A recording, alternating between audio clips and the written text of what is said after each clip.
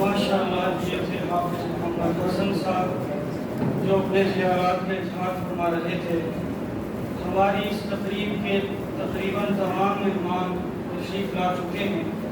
ان کو دعوت دینے سے قبل میں ان کا انتظامیہ کی طرف سے، اپنی طرف سے، والد صاحب کی طرف سے دل کی عطا گہرائیوں سے انہیں خوش آمدید کہتا ہوں اور ان کا شکریہ بھی ادا کرتا ہوں کہ وہ آج ہماری دعوت پر اس محفل میں تشریف لائے۔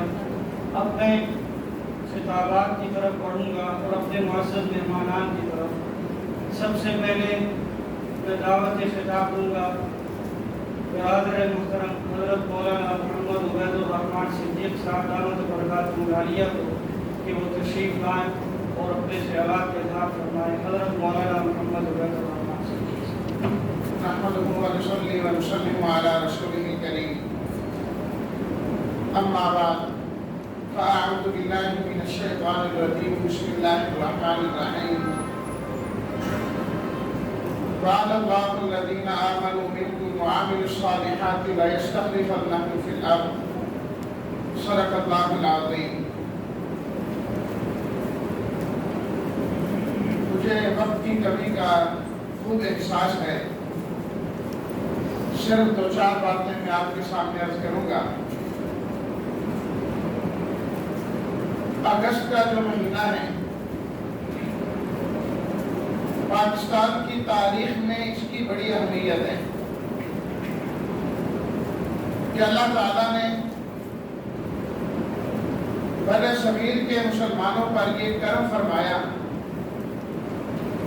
کہ انہیں آزادی کی نعمت سے مالا مال کیا، اور اللہ تعالیٰ نے ان کو پاکستان جیسا ملک عطا فرمایا۔ آزادی اللہ کی نعمت ہے، یہ ملک اللہ کی نعمت ہے، اس کی قدر کرنی چاہیے۔ 14 اگست 1947 کو یہ ملک وجود میں آیا۔ اسی مناسبت سے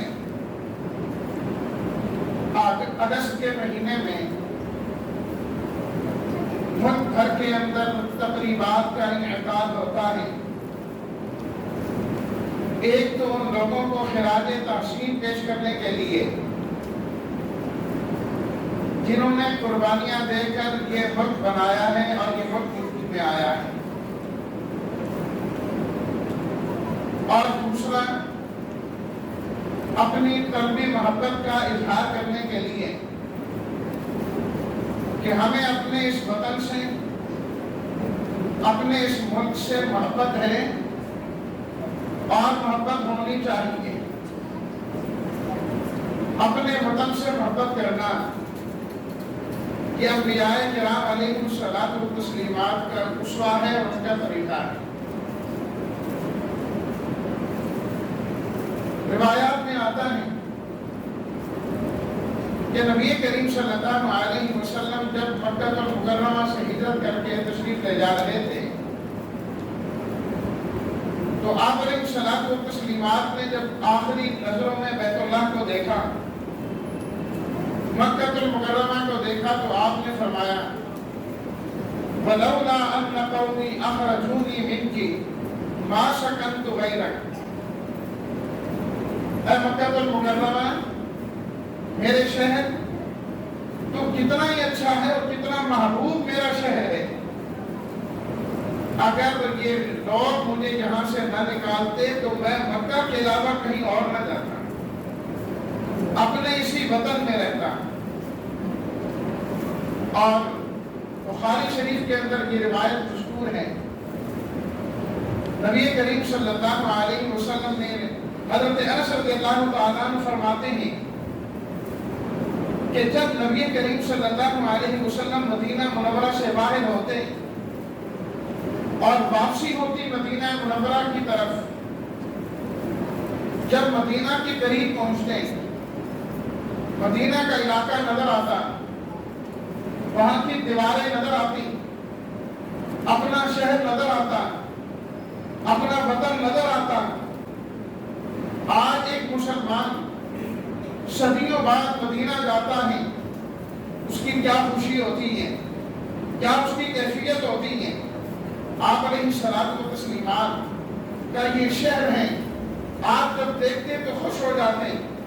حضرت انس فرماتے ہیں کہ اگر آپ سواری پر سوار ہوتے تو اپنی سواری کو تیز کر دیا کرتے تھے کہ حبھا مدینہ منورہ کی محبت کی وجہ سے، کہ آپ کو اپنے شہر سے محبت تھی، اپنے وطن سے محبت تھی، اپنے علاقے سے محبت تھی۔ تو اپنے وطن سے محبت کرنا، اپنے شہر سے محبت کرنا، یہ نبی کریم صلی اللہ علیہ وسلم کی سنت ہے، اور دیگر انبیاء کرام سے بھی ثابت ہے قرآن میں۔ وقت نہیں کہ میں اس کی طرف جاؤں۔ سورہ النور 18واں سپارہ آیت نمبر 55 اور 56، آپ خود اس کی تلاوت بھی کر لیجیے اور اس کا ترجمہ اور تشریح بھی دیکھ لیجیے۔ صرف میں اشارہ کرنا چاہتا ہوں، اللہ تعالیٰ نے ایمان والوں سے 3 وعدے فرمائے۔ نمبر 1 فرمایا ایمان والوں تمہیں حکومت دی جائے گی۔ نمبر 2 اللہ دین اسلام کو غالب کریں گے۔ نمبر 3 اللہ اتنی قوت اور طاقت عطا فرمائیں گے کہ تمہیں کسی اور کا خوف نہیں ہوگا، اللہ امن کی دولت سے مالا مال فرمائیں گے۔ 3 وعدے اللہ تعالیٰ نے اس آیت میں ایمان والوں سے کیے، اور یہ تینوں چیزیں اللہ تعالیٰ نے آپ علیہ الصلوۃ والتسلیمات کو اور خلفائے راشدین کو عطا کی۔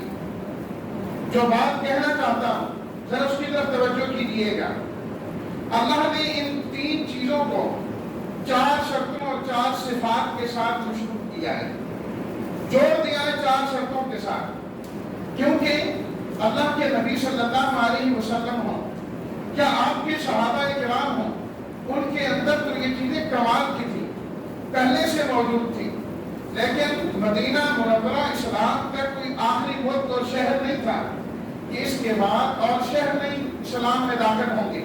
قیامت تک فتوحات ہونی ہے، اسلام میں آنا ہے، لیکن وہ حکومتیں کیسے ملیں گی، اگر مل جائیں تو قائم کیسے رہیں گی، دین غالب کیسے ہوگا، اللہ بدامنی کیسے ختم فرمائیں گے۔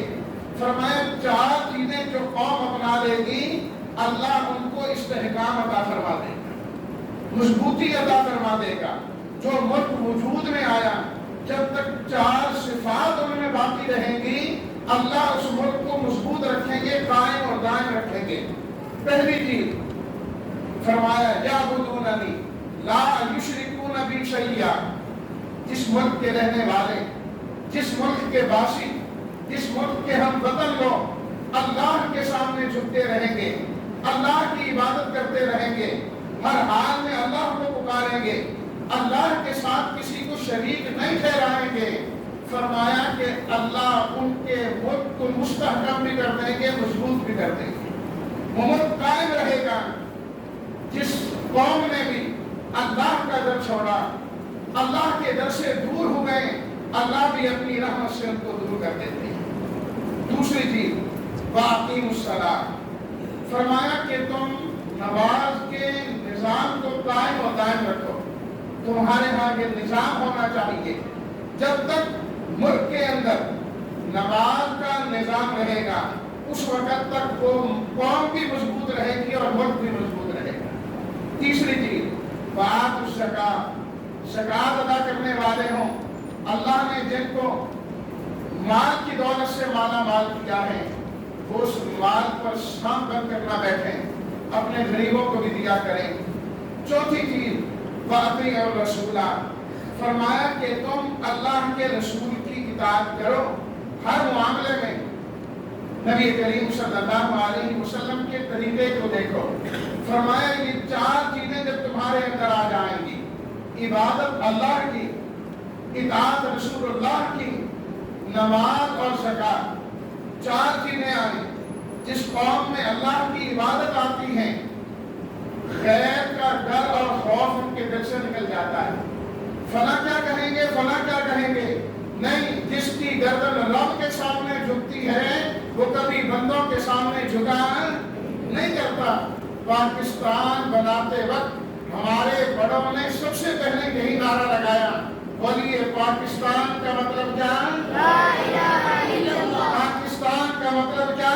لا الہ الا اللہ۔ پاکستان کا مطلب کیا؟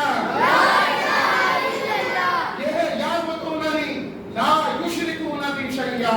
ہمارے بڑوں نے وعدہ کیا تھا ہم وہ ملک بنائیں گے کہ اس ملک کے چپے چپے پر عبادت ہوگی تو اللہ کی ہوگی۔ تو جہاں عبادت اللہ کی ہوتی ہے غیر کا ڈر ان کے دلوں سے نکل جاتا ہے۔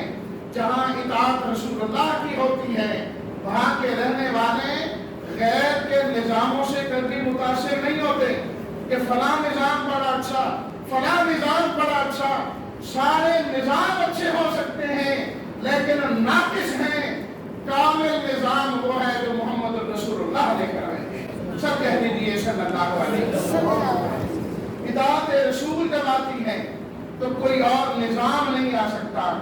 وَأَقِیمُوا الصَّلَاةَ، جب نماز آتی ہے تو معاشرے سے برائی ختم ہو جاتی ہے، خود بخود نکل جائے گی۔ جس معاشرے میں نماز نہیں ہوگی ساری برائیاں اس معاشرے میں ہوں گی۔ ایک نماز جس معاشرے میں آ جائے ساری برائیاں ختم۔ ان الصلاۃ تنہی عن الفحشاء والمنکر۔ اور زکوٰۃ چوتھی چیز جس معاشرے کے اندر آ جائے اس معاشرے کا جو معاشی نظام ہوتا ہے وہ مضبوط ہو جاتا ہے۔ آج سب سے بڑا مسئلہ ہمارے ملک کا معیشت کا بنا ہوا ہے کہ جگہ جگہ ہم پیالہ لے کر مانگتے پھرتے ہیں کہ ہمیں دے دو، ہمیں دے دو، دینے کے لیے کوئی تیار نہیں، اس لیے کہ ہمارے ہاں کچھ زکوٰۃ کا نظام ہی نافذ نہیں ہے۔ جہاں زکوٰۃ کا نظام ہوتا ہے معیشت درست ہوا کرتی ہے، ان کے اندر حب جان نہیں ہوا کرتی، حب مال نہیں ہوا کرتا۔ ان چاروں چیزوں کو اللہ نے فرمایا لعلکم ترحمون، عبادت میری کرو، اطاعت میرے رسول کی کرو، نماز کی پابندی کرو، زکوٰۃ ادا کرو۔ اللہ فرماتے ہیں رحمتیں تم پر نازل کر دینا میرا کام ہے۔ اللہ اپنی رحمتیں نازل فرمائے۔